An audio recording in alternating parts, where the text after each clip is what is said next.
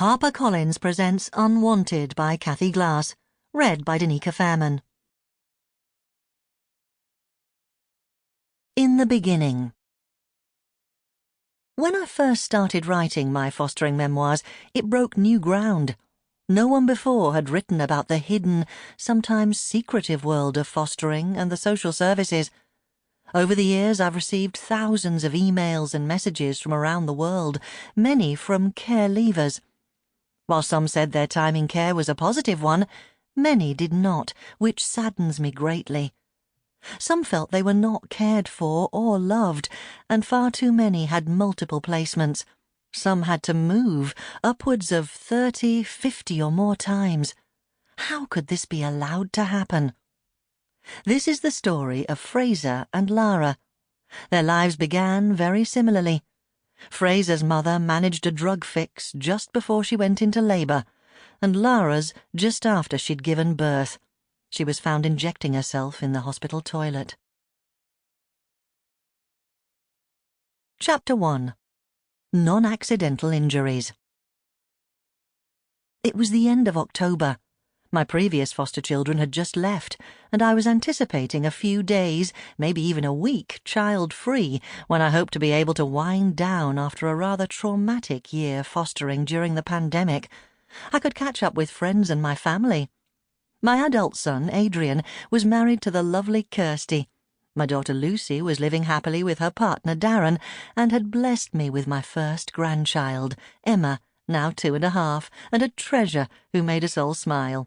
My other daughter Paula was still living with me, so there was just the two of us and our rescue cat Sammy at home.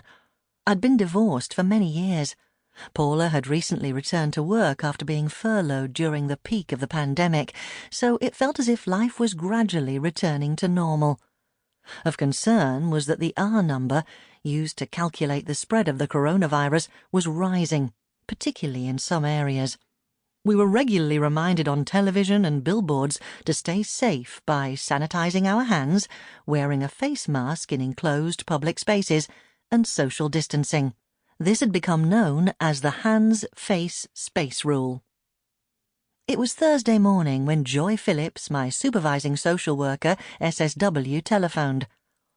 All foster carers in the UK have a supervising social worker whose job it is to support, monitor, advise and guide the carer and their family in all aspects of fostering. They also advise the carer on their training requirements and generally make sure the children in their care are well looked after. "How are you?"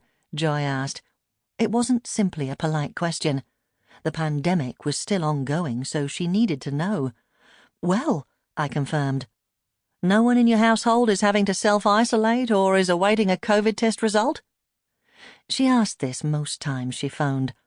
"No." "Good. So you're ready to take your next child?" Referrals usually come through the carer's SSW. "Yes, although I was hoping to take a few days off." Sometimes it felt like a never-ending stream of children coming through my door who, for various reasons, couldn't live at home. Yet, despite fostering over 150 children since I began all those years ago, I always gave each child the love and care they needed and deserved. My daughter Lucy arrived as a foster child and became my adopted daughter. Other children have returned home or gone to forever families. "You will be able to take some time off as this placement isn't needed until Monday," Joy said. "All right, good. It's for a little boy, Arthur. He's just 1 year old. He went to an emergency carer yesterday, but she can only keep him for the weekend, so he will need to be moved on Monday." "Okay. Why is he in care?" "Suspected non-accidental injuries," Joy said, and my heart went out to him. His mother has been struggling for a while. She went to the doctor about herself, but the doctor noticed bruises on the child's face. He examined the child and found more bruises on his legs and body. His mother is denying harming him and says he is accident-prone. "I can take him on Monday," I confirmed. "Thank you. I'll let his social worker know and she'll be in touch." We said goodbye. The poor child, I thought. I'd fostered children before who'd arrived with suspected non-accidental injuries, including cigarette burns, scalds, Sample complete. Ready to continue?